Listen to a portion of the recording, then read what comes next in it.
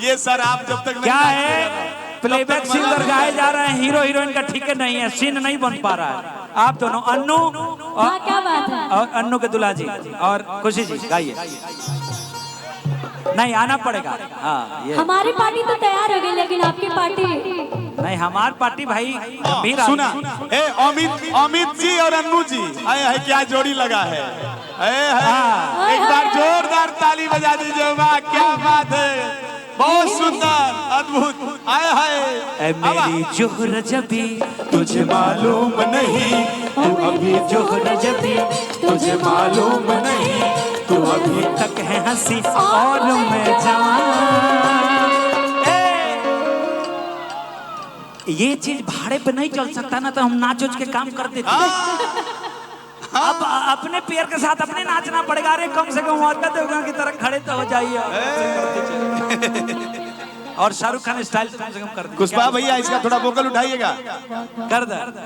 ए हे अरे ए है घानी हमारा कभी तुम्हें ठिकाइल माना, ए है घानी हमारा कभी तुम्हें ठिकाइल माना, राउर खरवा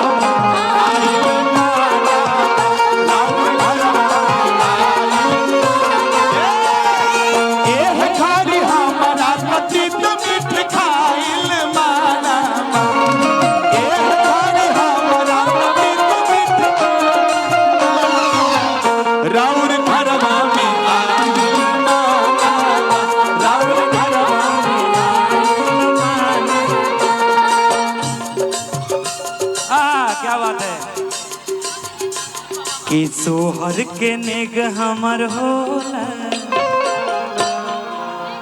अनेक तो चल रहा, रिंकू बाबू दे जा रहे हैं, लेकिन वो हमको लाइन याद आगा। क्या बात है। अरे बरुआ के लगेंगे ये मौसा जी।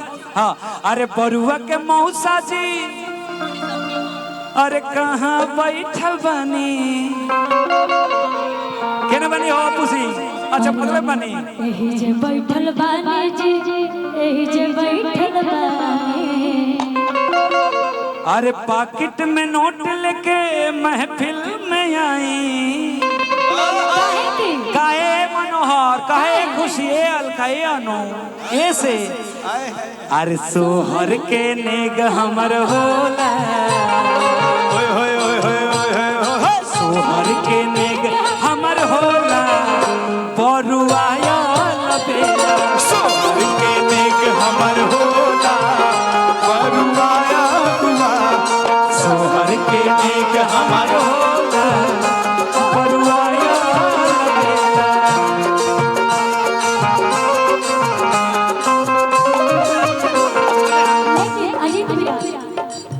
बाबू के मौसा जी खाती होगा, लेकिन मौसी जी खाती होके के चाहिए।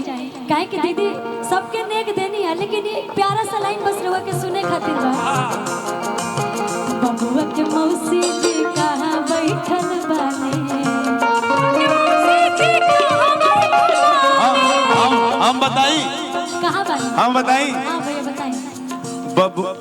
बबुआ के मौसी बबुआ के पापा के गोदी में बैठल बानी। बबुआ के मौसी। अच्छा इहो लोग भुला जाता नहीं कि ससुरारी में बानी। हमनी के काटल गाड़ी देम सन, ओए इज्जतिया बचौले बानी सन। अबे चालू हो जाए सन। हां ना तू चालू हो जा। अबे चालू है। रहरी के 3 गो पता। अबे मनोहर के कागो बहिनिया हम आऊ गाइला 2 गो बताओ दिया। आवा बबुआ के मौसी जी कहाँ बैठल बाने,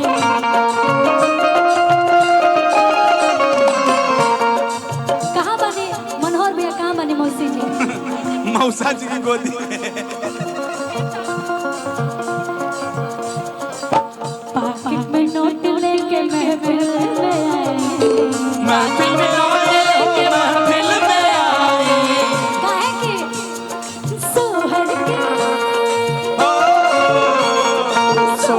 के नेग हमर होला, बरुआया लबेला। सोहर के नेग हमर होला, बरुआया लबेला। अरे